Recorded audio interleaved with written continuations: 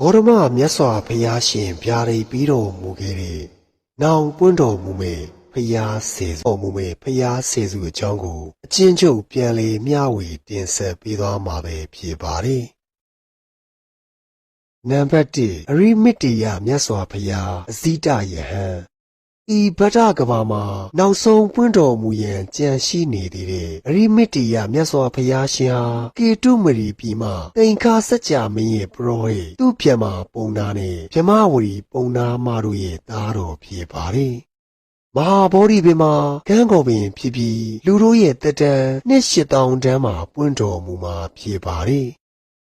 ။နံပါတ်2ရာမတန်ဗုဒ္ဓဘုရားဥတ္တရာမဂုံတေမင်းသား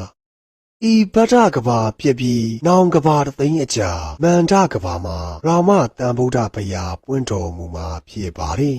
။ရာမမင်းဘဝမှာဘုရားအဖြစ်ကိုရောက်ရှိမည်ဖြစ်ပြီးမဟာဗောဓိပင်မှာစန္ဒကူပင်ဖြစ်ပါတယ်။လူတို့ရဲ့တက်တန်နှစ်9000တန်းမှာပွင့်တော်မူမှာဖြစ်ပြီးအရက်တော်အတောင်80ရှိပါတယ်။ဖျားရှင်ရဲ့ရောင်ကြီးတော်ဟာနေညခွဲလို့မရအောင်စပူတစ်ခွန်းလုံးလင်းထိန်နေမှာဖြစ်ပြီးဖျားရှင်ရဲ့အတန်တော်ဟာလည်းစัจ जा ဝလာတိုက်တောင်းအထိကြားရကလူအသင်ချီကြွတန်းဝင်ကြမှာပဲဖြစ်ပါတယ်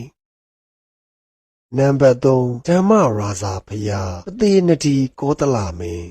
ရာမတန်ဗုဒ္ဓဘုရားရှင်ရဲ့သာသနာကွယ်တဲ့အခါထိုကဘာမှာပဲဓမ္မရာဇာမြတ်စွာဘုရားရှင်ပွင့်တော်မူမှာဖြစ်ပါတယ်။လူတို့ရဲ့တက်တန်နှစ်9000တန်းမှာပွင့်တော်မူမှာဖြစ်ပြီးဖျားရှင်ရဲ့အရက်တော်ဟာအတောင်60ရှိပါတယ်။မဟာဗောဓိပင်မှာကန်းကော်ပင်ဖြစ်ပါတယ်။နံပါတ်4ဓမ္မတာမီဖျားအဘိဘူနမင်းဓမ္မရာဇာဖျားရှင်သာသနာတော်ကွယ်ပြီးတဲ့နောက်ထိုကဘာပြက်ခါအခြားကဘာမှာအဘိဘူနမင်းဟာဓမ္မတာမီဖျားအဖြစ်ပွင့်တော်မူမှာဖြစ်ပါတယ်။လူတို့ရဲ့တက်တန်နှစ်တသိန်းတန်းမှာပွင့်တော်မူမှာဖြစ်ပြီးဖျားရှင်ရဲ့အရက်တော်ဟာအတောင်80ရှိပါတယ်။မဟာဗောဓိပင်မှာအင်ချင်းပင်ဖြစ်ပါတယ်။နံပါတ်5နာရဒဖျားစန္ဒနီပုံနာ